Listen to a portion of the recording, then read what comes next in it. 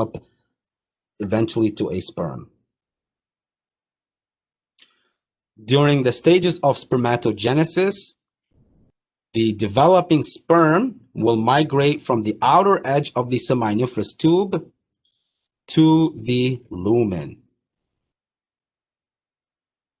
So that means it's going it's going to start from here, the basement membrane, and go here to the lumen. And then detach, as you can see, they detach. And then here you have a sperm. Remember that during this whole process, sustenticular Sertoli cells are supporting this whole entire process.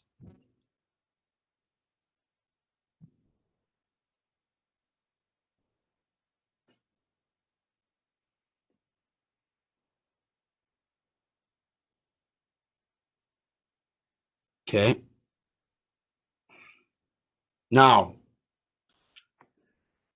I want to highlight that spermatogonia cells, these are also haploid cells. These are also haploid cells.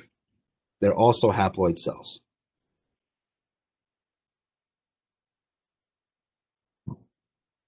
Okay. Also, I want to highlight that there's actually two types of spermatogonia cells, type A and type B. The ones that we are talking about here, these are type B. So remember, type B spermatogonia cells are the diploid cells that basically undergo this process to form and give rise eventually to spermatids, which become sperm cells.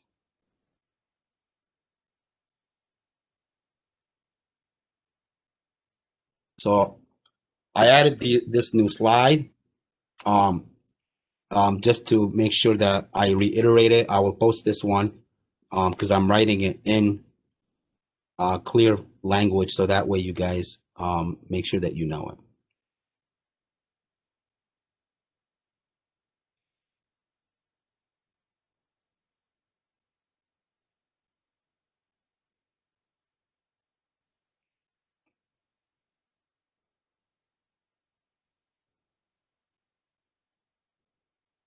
Okay.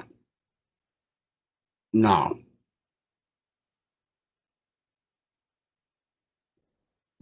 let's go into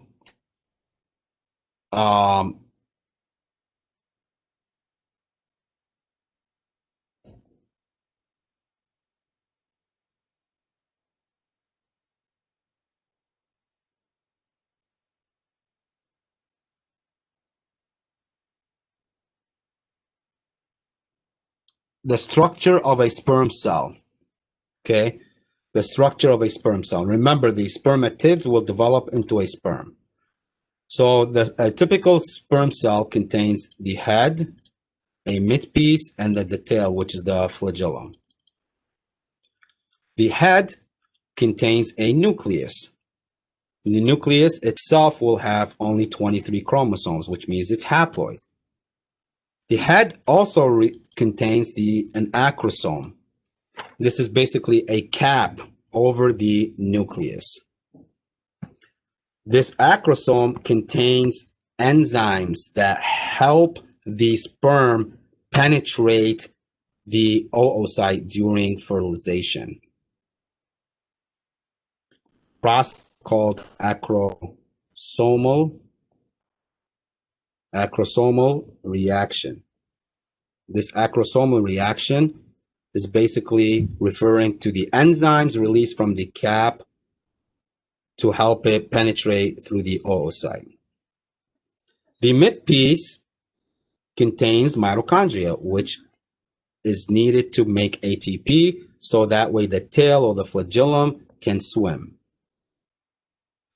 Remember, the flagellum is composed of 9 + 2 microtubule arrangements. 9 + 2 microtubule arrangements, which means 9 microtubules all around and then 2 in the middle.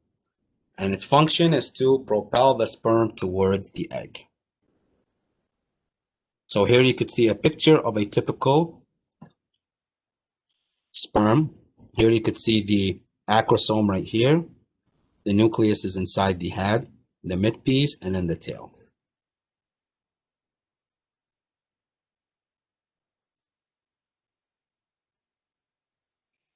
Okay. So now we're going to get into the accessory organs. First, we're going to talk about the male internal accessory organs. Okay. Overall, when you think of the male internal accessory organs, think of organs whose function is to nurture and transport sperm cells. And these include the epididymis, which is this thing right here. That's the epididymis. Epididymis. Okay. Which becomes the ductus deferens. Ductus deferens goes superiorly. Okay. And it crosses over the bladder, and then finally it empties into the ejaculatory duct. Okay. Then we have the male urethra. Whoops. This is the male urethra. All of this, starting inside the prostate, all of this is the male urethra. Then we have glands along that pathway that secrete secretions into this ductual pathway. The glands are the seminal vesicles, which lie anterior to the bladder and superior to the prostate. And then we have the prostate gland, and then the bulbourethral glands, which is right here. So let's talk about these. The epididymis, again, this is a highly coiled tube, located at the top of each testes. The epididymis is actually connected to ducts in the testes. Okay. The epididymis promotes maturation of sperm cells, and it's lined with non-motile pseudostratified columnar epithelium with non-motile cilia.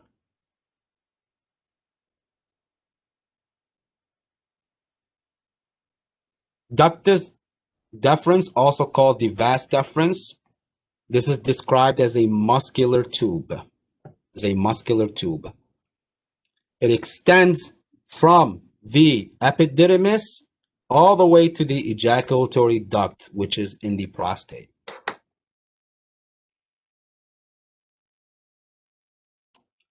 The ductus deferens is lined with pseudostratified columnar epithelium.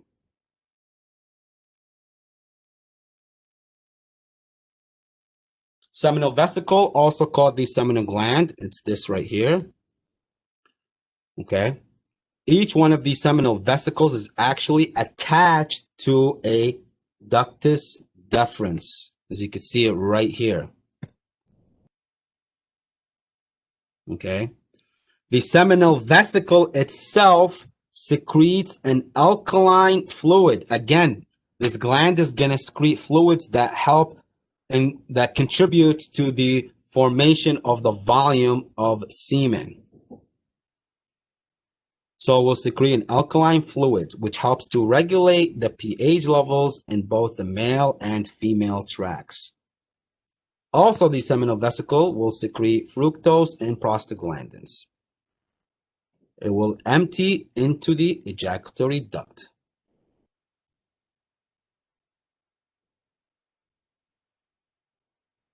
Prostate gland. The prostate gland, only found in the males, surrounds the proximal portion of the male urethra, and it lies inferior to the urinary bladder.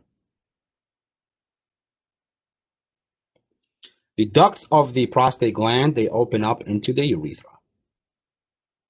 The histology of the prostate gland is that it contains tubular glands and connective tissue. Also, it has smooth muscle. Prostate gland creates a thin, milky alkaline fluid whose function